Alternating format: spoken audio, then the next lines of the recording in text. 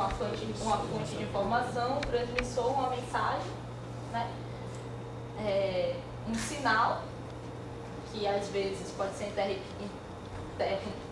né? Interceptado por uma fonte de ruído, o sinal recebido no receptor e no destino. Esse modelo aqui, que é dos anos 50, concebido como o primeiro modelo da comunicação de dois engenheiros, na verdade, é chamado modelo matemático da comunicação, porque ele foi feito, né, por dois engenheiros para falar, na verdade, da comunicação entre máquinas. Mas me diga aqui, quem nunca viu algo semelhante? Isso aqui é o que a gente aprende na escola, quando se fala de comunicação, se fala esse tipo de comunicação. Uma comunicação que não abarca, por exemplo, algumas das coisas que vocês falaram. Essa comunicação não pressupõe, por exemplo, interação. Pressupõe uma mensagem que vem de uma fonte e que chega a um destino. Uma origem e um destino. Houve diversas teorias, né, que eu não vou aqui falar todas as teorias da comunicação, mas houve diversas evoluções, já vou logo para o final. Mas esse modelo matemático, ele ainda embasa muito da comunicação que é feita hoje. É uma comunicação que pressupõe que eu estou falando isso aqui, todo mundo está entendendo do jeito que eu quero que entenda. Eu estou emitindo a mensagem e está chegando ao receptor, ao destino, de forma clara, inequívoca, no máximo com um pouquinho de ruído. E sem nenhuma interação. Esse modelo é o que baseou a chamada comunicação para o desenvolvimento, que é o modelo de comunicação, né, modelo teórico, que baseia a comunicação para a saúde, né, até hoje, fortíssimo no modelo de comunicação para a saúde no Brasil. É chamado comunicação para o desenvolvimento. Na comunicação para o desenvolvimento, né, no setor aqui, tem alguns pressupostos. Né, a segurança nacional como dependente do desenvolvimento. O subdesenvolvimento seria, na verdade, produto da falta de informação, da ignorância. Então, automaticamente, se aumentaria o conhecimento, você iria, né, fazer as pessoas progredirem.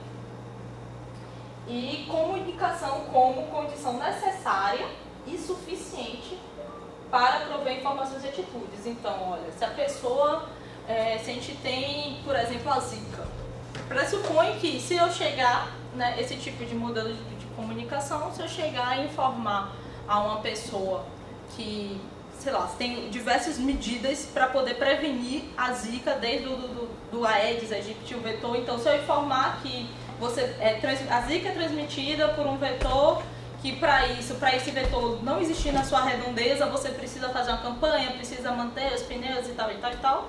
Só essa informação já bastaria para evitar que faria que as pessoas tomassem uma atitude para prevenir a Zika. Só elas saberem que isso existe.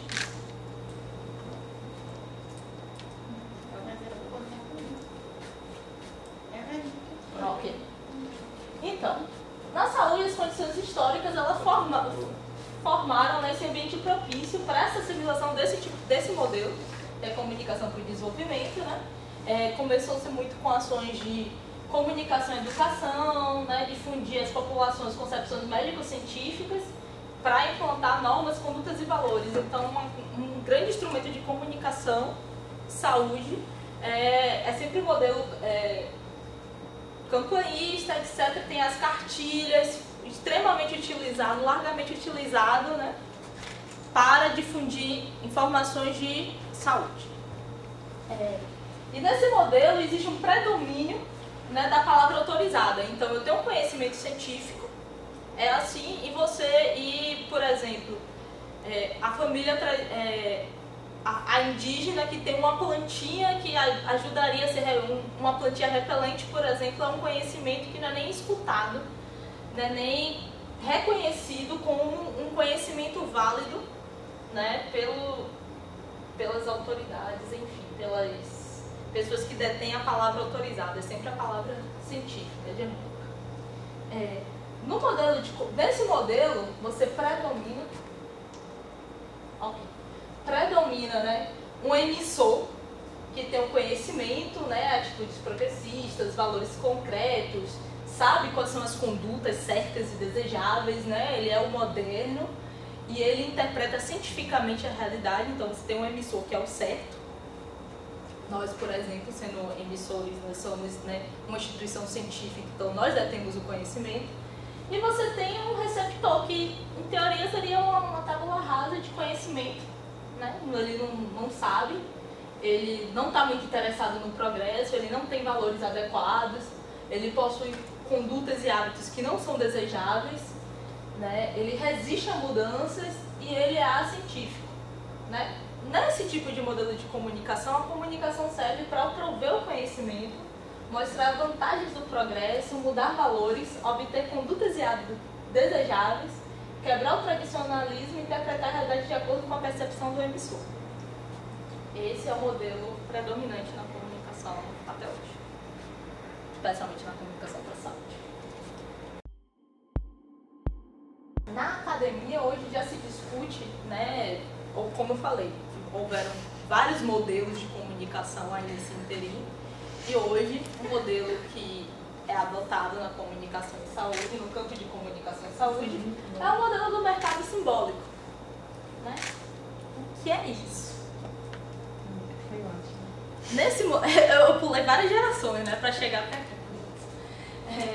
Nesse modelo, a comunicação ela não é vista, né, como esse processo unidirecional de comunicação, linear, certinho, direitinho, né, de uma mensagem de emissor para o receptor, e nem um processo de transferência de significados. Então, se eu digo para vocês que, né, significados, isso aqui tem o mesmo significado para mim que tem para vocês.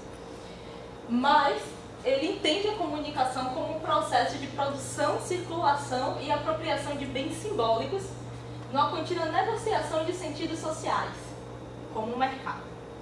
Ok? Estou meio instigando vocês, vou dar o exemplo, que é o exemplo da maçã. O que é uma maçã?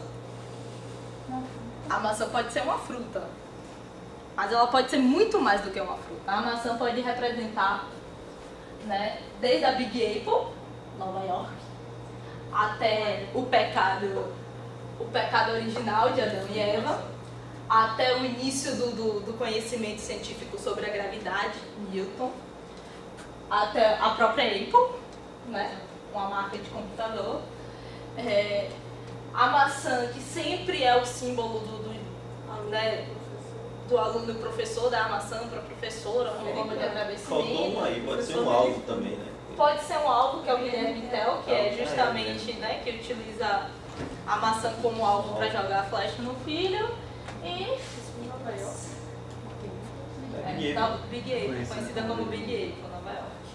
Então, tudo isso que eu falei aqui para vocês são os chamados sentidos sociais de uma maçã. Uma maçã não é só uma maçã, ela é carregada de significados e de sentidos, né? Não é o significado, porque o significado a gente fala quando algo é mais ou menos exato, tá ali na matemática. A comunicação hoje é como se a gente tivesse passado da física tradicional para a física quântica, né? Então você tem outros elementos, né? E os sentidos sociais é justamente você considerar que existe diversas formas de compreender o que está sendo dito, o que está sendo colocado ali, né? Então, uma maçã, lembre-se, nunca é só uma maçã, né? Então, como é esse modelo? Nesse modelo do mercado simbólico, né, a comunicação ela opera como mercado. Como é que o mercado opera? Você negocia o sentido, né? É um processo de negociação constante. O que é uma maçã para mim, o que é uma maçã para você? A gente vai interagir, que algumas pessoas aqui falaram sobre a comunicação enquanto interação, e é bem a palavra-chave, né? Interagir para negociar que a minha maçã seja parecida com a sua maçã, quando eu penso numa maçã. E nesse mercado, né, os sentidos eles são fluidos, eles estão ali circulando e são apropriados o tempo todo. São produzidos, circulam e são apropriados. Você tem que pensar em todas essas dimensões, né? Aqui, no mercado simbólico, a gente não usa o emissor e o receptor. A gente usa uma palavra muito bonitinha chamada interlocutores. Porque um emissor e um receptor, você pressupõe, né, que existe uma origem e um fim e uma certa desigualdade, né? Existe alguém que emite, alguém que recebe. O interlocutores, você pressupõe uma igualdade, vamos dizer assim. E esses interlocutores, eles negociam nesse mercado, né, o modo de perceber, classificar e intervir sobre o mundo em busca desse poder simbólico, né, que é o poder de fazer ver e o poder de fazer crer, de constituir a realidade. O que é a realidade, senão o que a gente percebe sobre ela. Nesse modelinho você tem um interlocutor, você tem o contexto, né, todos os contextos que formam a pessoa. Então aqui eu estou falando com vocês como Raíza, como responsável pela comunicação do Núcleo de Comunicação dos Cidades, mas eu também estou falando como Raíza, que se formou em jornalismo, como Raíza, que estudou isso no mestrado, estudou comunicação e saúde no mestrado, e estou falando também com toda a minha carga simbólica e todos os contextos, né? Como eu aprendi a falar, como eu aprendi a me comunicar com o público, tudo que me forma. Eu estou cercada dos meus contextos, mas não estou cercada só dos meus contextos, eu estou cercada do lugar que eu ocupo. A gente fez uma sessão hoje, vocês estão aqui sentados me ouvindo porque a gente fez um evento, uma sessão científica. Então hoje eu estou no lugar, nesse lugar de emissão, né, no lugar de fala, de centralidade do discurso, né, estou no centro do discurso e estou ocupando esse lugar de ser escutada por vocês.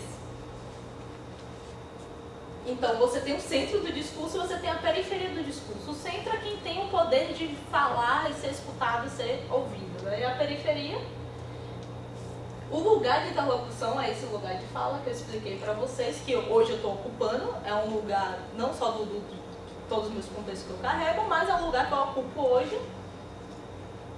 E aqui são todos os sentidos sociais, né? Que são esses bens simbólicos negociados o tempo inteiro. É o que eu estou falando, que vocês estão entendendo, compreendendo o que a gente está. Então é mais ou menos, é só essa besteirinha que a gente pensa quando a gente pensa no processo de comunicativo hoje, né? Então, nesse modelo de comunicação, o que é que isso implica? Né? A comunicação em saúde, ela não só reflete, mas ela institui relações de poder. Então, eu ter a palavra, eu ter o poder da narrativa, o poder do bem simbólico, é também eu ter o poder e ter a relação de poder, né?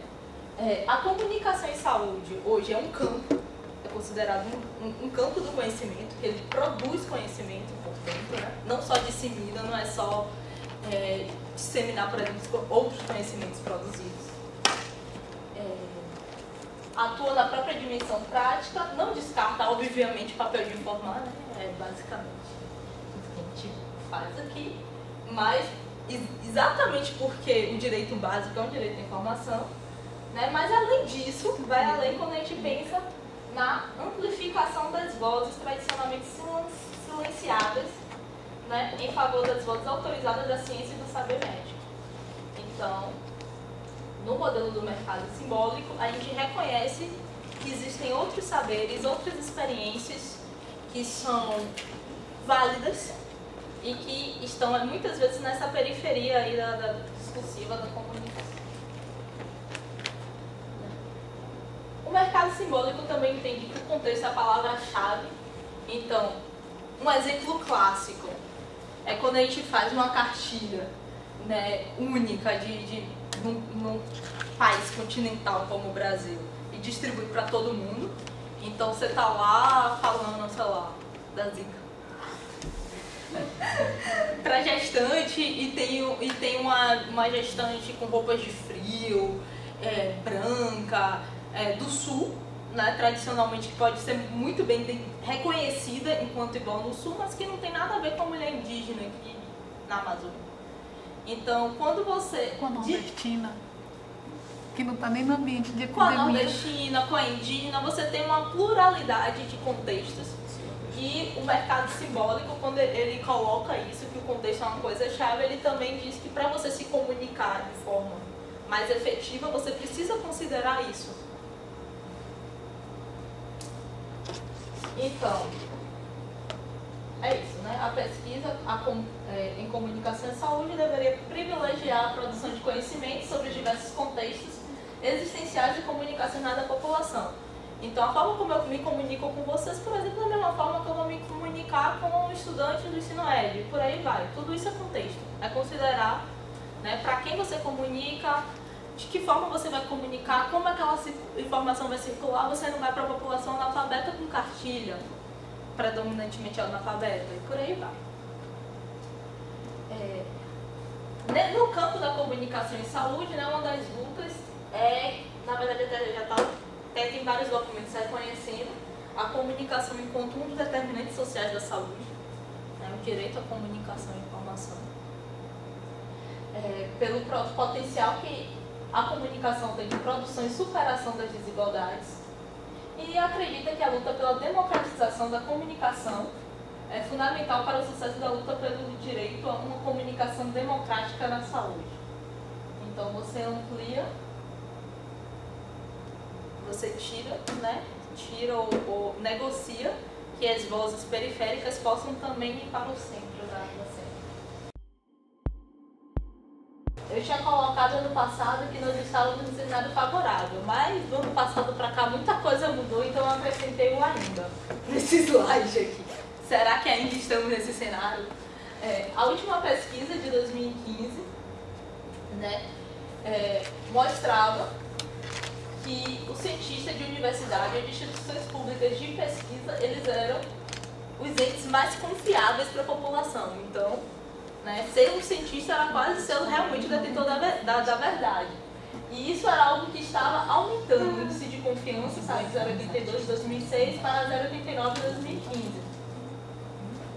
Então, o político aqui já estava mal na fita, né? Estava menos 0,96, mas era um cenário favorável para quem estava, né, para instituições de pesquisa.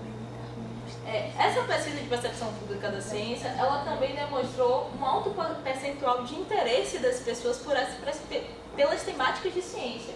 Então, ciência e tecnologia, 61% das pessoas declararam interessadas ou muito interessadas, meio ambiente 78% e medicina e saúde 78%. Então são temas que atraem as pessoas querem saber sobre isso, querem ser informadas sobre isso. Se você comparar com a Argentina, por exemplo, você tem 25% das pessoas que conseguem mencionar uma instituição científica local. Isso sobe ainda quando você fala de Chile e de Venezuela. Então, em 2015 a gente já estava num cenário bem ruimzinho em relação ao que as pessoas sabiam sobre ciência no país. E aí você tem o que aconteceu, né? De lá pra cá.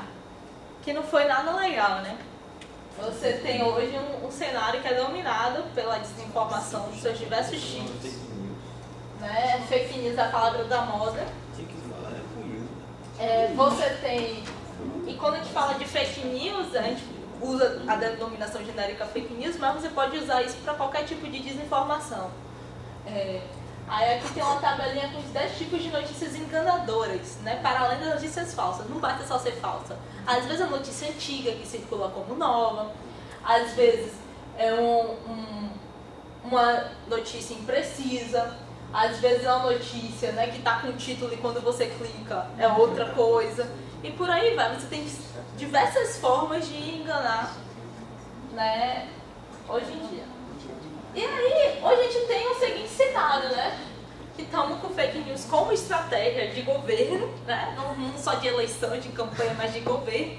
Hoje, você coloca uma coisa no Twitter, você solta uma coisa nos bastidores, usa o Twitter para desmentir, etc. Então virou uma estratégia mesmo você soltar notícias falsas ou balões de saia, etc. Você tem uma própria guerra da informação, porque hoje o que é que acontece? As pessoas ficam baratas tontas sem saber qual é a verdade, né? Se você... até mesmo eu falo assim, porque você tem... Como a gente está num cenário muito de extremismo ideológico, então se alguém é de esquerda e a pessoa é de direita, o que uma pessoa de esquerda fala é completamente mentira para quem é de direita e vice-versa. Você não tem, né? Você está num outro extremo ideológico, praticamente te desqualifica para qualquer informação que você der para a pessoa que não concorda com sua visão política. Você ainda tem um cenário, né, que as pessoas não conseguem reconhecer o que é notícia falsa, o que ainda, né, circula coisas absurdas assim. na campanha mesmo, você olhar os desmentidos da campanha, eram coisas assim, né, montagens horrorosas de lá Manuela com a frase escrita Jesus é gay, assim, negócio que qualquer pessoa que tivesse o mínimo você se dava pra ver que era uma montagem, sabe, não era nem coisa bem feita. Então você não tem, a população não consegue nem reconhecer o que quando tá minimamente estranho a notícia. E você vive num cenário, né, que as pessoas, se eu tô falando de alfabetização midiática, quando a gente vai para o cenário científico, é aquele lá de 2015 piorado. Imagine como estamos hoje, as pessoas não sabem reconhecer uma notícia legitimamente, né, legitimada, cientificamente, etc. Na verdade, a gente vive num cenário que você tem, entre aspas, orgulho da ignorância mesmo, né? Você arma a população do senso comum que as pessoas não querem nem entender outros pontos de vista, não querem nem dialogar.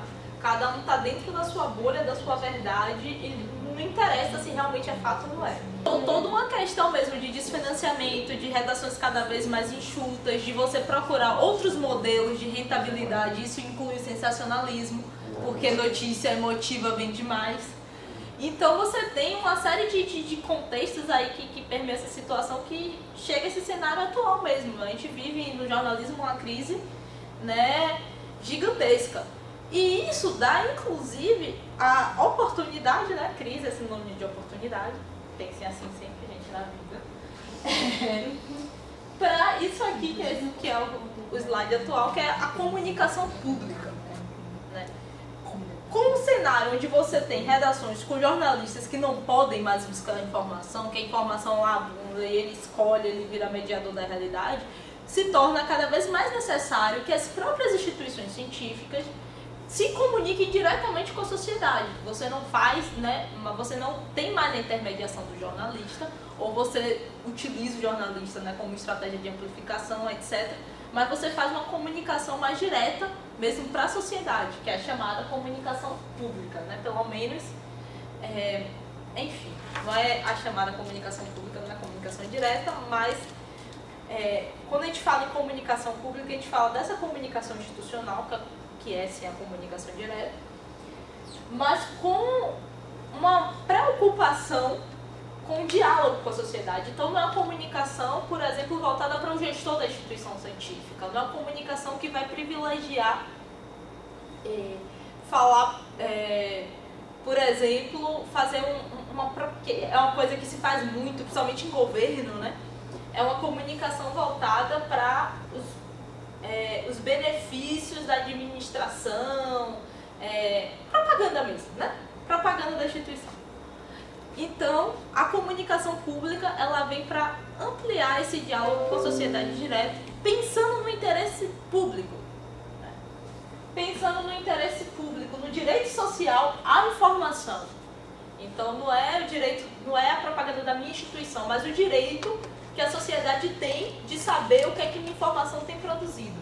Então, estamos todos aqui, né, indiretamente financiados pela sociedade, e a gente tem um dever de retornar isso para ela, nem que seja em forma de comunicação, de informação sobre o que está sendo produzido, o que está sendo feito, a prestação de contas. Né? Enfim, é uma perspectiva mais cidadã. Aí a gente faz nossa propaganda aqui do Nucom também, né? Que para vocês também, além desse todo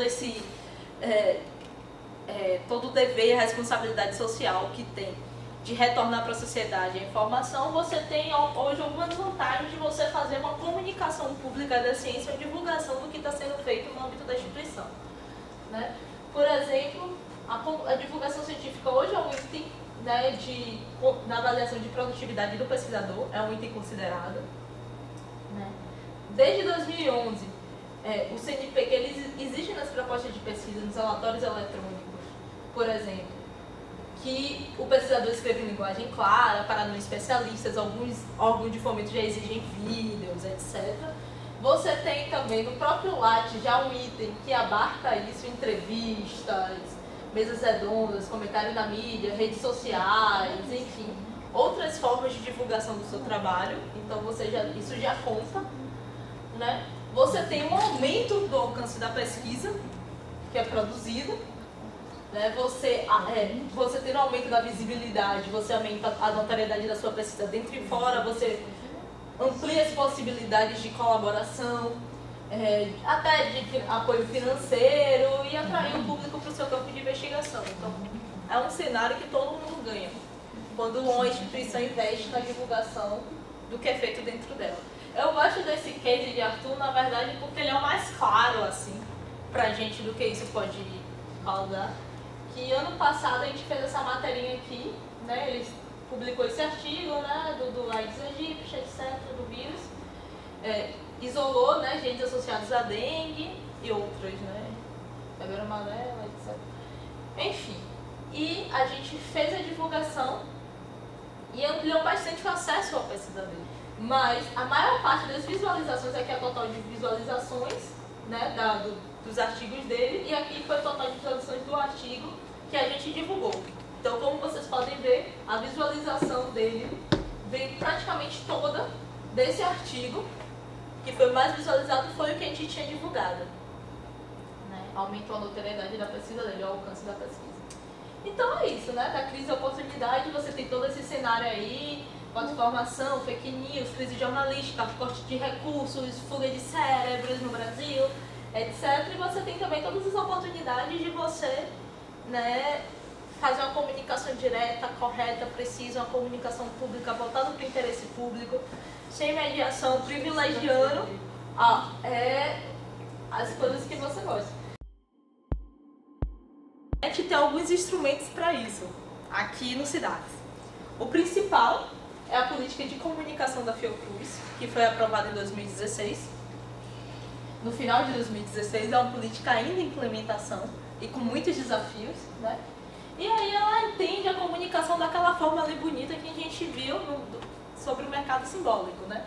A comunicação como bem público, determinante social da saúde, um direito social que busca transformar a realidade, fator estruturante das relações de poder, né? O direito à comunicação como inalienável ao direito à saúde, elemento fundamental dos processos sociais, econômicos e políticos, uma comunicação que incorpora os princípios do SUS, né? Aqueles princípios de universalidade, descentralidade, etc.,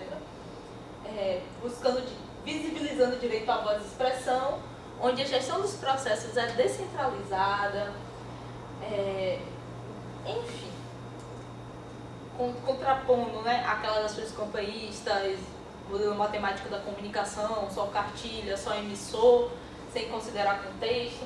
Então a política, ela pensa nisso tudo, né, e para isso ela tem alguns princípios, né, ela entende a Fiocruz como produtora de comunicação pública, né, que aí ele está aqui bem em vermelho, que é diferente daquela comunicação governamental, que é o que o meu governo faz, é diferente, é o que a sociedade precisa saber, então você inverte um pouco isso da minha instituição.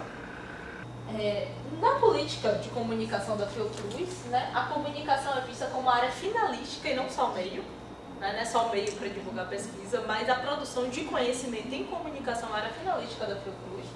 Né, ela é transversal a todas as áreas de atuação e estruturante da missão de comunicação para o SUS, de subsídio para o SUS, e procura abarcar a diversidade das unidades, né, na medida que promove a circulação de informações e valores estratégicos sobre ciência e saúde e diálogo com a sociedade. Né? Então, ela coloca como princípio a comunicação como um processo participativo, dialógico, de produção, circulação, debates, enfim, como direito humano mesmo. A ética e transparência como marcas da comunicação da Fiocruz, o diálogo e a participação social, né, como algo que deve ser assegurado, e contemplando toda a diversidade cultural, regional e social da população brasileira. Então, aqui no NUCOM, né, só relembrando um pouco da comunicação organizacional, né, para vocês lembrarem um pouco do que a gente faz. A gente tem o próprio contexto da comunicação institucional, que é a comunicação, né, para a sociedade. Hoje a gente tem canais, né, o Fale Conosco, que é os e-mails de atendimento, né, das cidades que a gente toma conta. A gente faz o gerenciamento e produção de conteúdo para o site, para as mídias sociais, a gente produz release, media kit, divulga quando tem artigo científico e outros acontecimentos importantes. A gente atende a imprensa, né? Hoje a gente é mais procurado do que procura, ultimamente.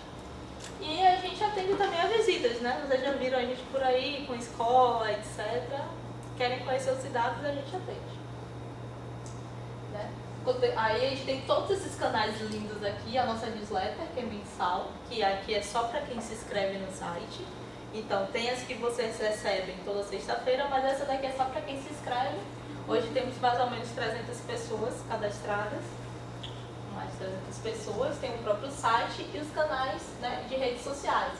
YouTube, Facebook, Twitter, Instagram. São mais ou menos esses que a gente tem dado mais direcionamento a. Na comunicação interna, a gente tem o Fique por Dentro, que é o boletim que sai toda sexta-feira, tem a Agenda Cidades, que sai toda segunda. Né? A gente faz comunicados eventuais e a gente tem o slide, né, que a gente coloca na televisão. E a gente tem uma areazinha do Confluence, né, que é a nossa intranet, que a gente está em processo de melhorias, mas que hoje já tem todos os materiais institucionais, né, modelos, vocês querem modelo de PowerPoint, logomarca do SIDAX, papel de parede, tudo está lá. Né? Vocês podem me mandar e-mail, vocês podem ir lá e pagar tudo. Outras atividades, a gente cuida da produção gráfica, esses slides maravilhosos e tudo isso, né? Identidade institucional, etc. Dos materiais institucionais das cidades. A gente ajuda também, a gente faz apoio na organização de eventos, a cobertura jornalística, cerimonial, divulgação, etc. De eventos, alguns eventos com a gente é responsável, como o próprio Café Científico, né? O webinar que a gente começou ano passado e deve dar continuidade esse ano. A recepção de novos membros do SIDAX. A gente tem outros canais de comunicação, né? O Slack, o Google Agenda. A gente tem 2 grupos de WhatsApp, o oficial e o oficioso, né? O SIDAX Debate e o Zoeira, que é pra zoeira, viu, gente? E o oficial, que é para assuntos mais oficiais. Recentemente também eu tenho uma lista de transmissão, então todos me adicionem. Meu WhatsApp. Temos projetos especiais, como agora a gente está tentando botar à frente o Pesquise como uma Garota. A gente começou com uma campanha nas redes sociais e hoje a gente está pensando em extrapolar mais para escolas públicas, etc. É um projeto do NUCOM. E a gente apoia outros projetos também, né? O GCE, de Glasgow, né? Antigamente estava no grupo de trabalho de ciência aberta, então tem alguns projetos especiais das cidades que a gente vai com a visão da comunicação também ajudar, né, mas olhando pelo lugar da pesquisa, não do operacional. E é isso. Diante de tudo isso, ficam as perguntas e desafios, né? Dentro da comunicação interna do SIDAX hoje, a gente está no cenário de ampliação do SIDAX. Hoje tem quase 100 membros, né? Mais do que isso, de pessoas circulando, colaboradores, etc. Então, como é que a gente mantém, né, uma agenda de eventos, de colaboração, né, entre os setores e de comunicação mesmo, né? Eu até botei aqui, mas o desafio é esse: como informar todos sobre tudo. Porque o que acontece muita coisa aqui no SIDAX, nem todo mundo pode participar, né? E é um constante desafio como alcançar as pessoas para as pessoas saberem cada vez mais do que está acontecendo, entendeu? Cadê, Roberto? Arthur? Não sei nada do que está acontecendo, não é mais uma desculpa aceitável para o NUCOM aqui, porque a gente tem canais para isso e só não sabe quem não quer saber. Mas ainda assim, a gente se preocupa em alcançar, né, o máximo possível dos diversos meios. Por isso que agora eu fiz a lista de transmissão, a gente só estava no Facebook, no Twitter, a gente ampliou para o Instagram. Porque a ideia é isso, ampliar ao máximo, né, o nosso meio de alcance, com o que dá para fazer com a equipe, né, de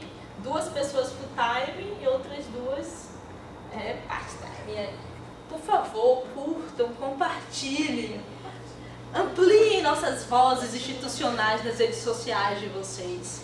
Mandem pra gente notícias e artigos científicos, alimentem o Nucom com coisas pro Radar Cidades, pra gente ampliar, pra gente melhorar a qualidade do nosso trabalho. A gente tem esse cenário aqui que eu mostrei pra vocês, como é que a gente faz uma comunicação pública que privilegia os diversos saberes, trabalhando com o que a gente trabalha aqui no SIDAX. Como é que a gente fala de Bolsa Família, de Minha Casa Minha Vida, de programas de proteção social, no cenário de desinformação, descredibilidade, fake news. Como é que a gente consegue fazer uma comunicação pública efetiva nesse cenário atual? Como a gente cumpre, né, nossa missão, né, de subsidiar políticas públicas, né, no cenário adverso para ciência e tecnologia, dentre as vezes do próprio governo, que é quem implementa as políticas públicas. Como a comunicação institucional, como a comunicação pública que a gente faz aqui pode alcançar, pode ir além, né? E como fazer hoje em dia com comunicação em rede? Será que a gente está agora também num projeto de parceria quando a nossa que vai nos procurar, da BBC, a gente está pensando como é que a gente pode utilizar o poder que a gente tem hoje das redes sociais, não canais de mídias sociais, mas redes sociais, redes de pessoas, né, parcerias, para poder ampliar isso, para poder combater isso, para poder fazer uma comunicação cada vez melhor. Então esses são os desafios, é isso que a gente está pensando, para além do operacional, é isso que a gente faz no Nucom. Obrigada, Maurício.